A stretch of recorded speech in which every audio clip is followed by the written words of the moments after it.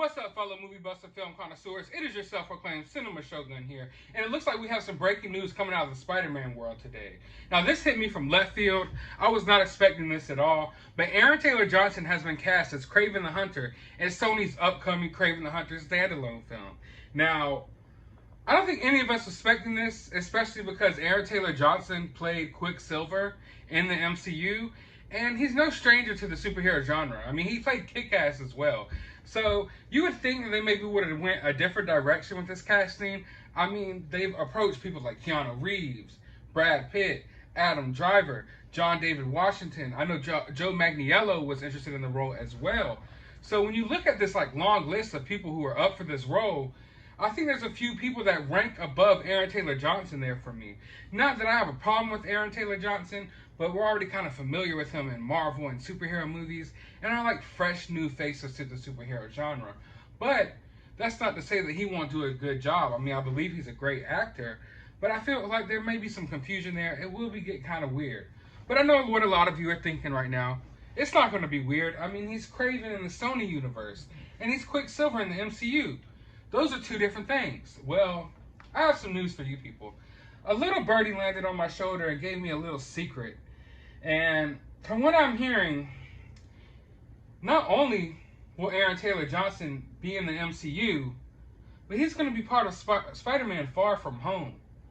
Now, what that means for his Kraven's role in the future of the MCU, I have no idea.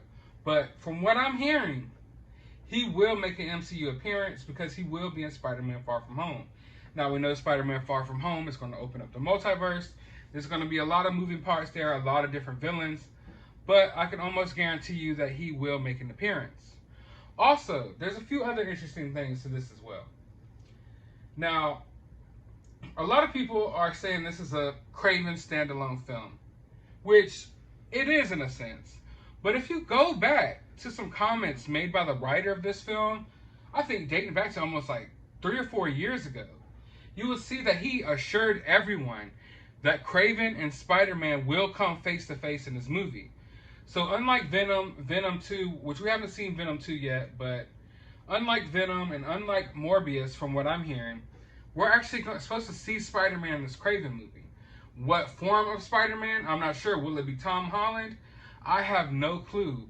But from what I'm hearing, we're going to see Spider-Man in this Kraven movie, and we're going to see Kraven in the new Spider-Man movie. So that's definitely interesting. And that's definitely going to cause maybe a little confusion. I know a lot of people out there stan the MCU Quicksilver. I'm not a big fan of him. I like the Fox Quicksilver a little bit better. But also, I mean, this news gets me a little bit excited. I love Kraven. One of my favorite villains. I think Spider-Man and Batman have the best rogues galleries in comic books. They got the best villains out there. Kraven's definitely up there in like my top 3, 4 favorite Spider-Man villains.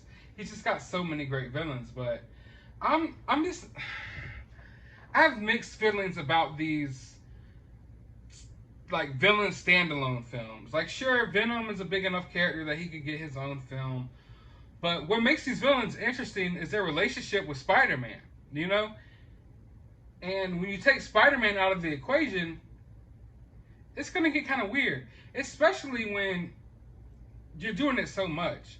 Venom, understandable. Morbius, okay, understandable. But now you're planning on doing Kraven and Silver Sable. They have a whole list of these movies that they plan on doing without any real plans of actually having Spider-Man in the movie.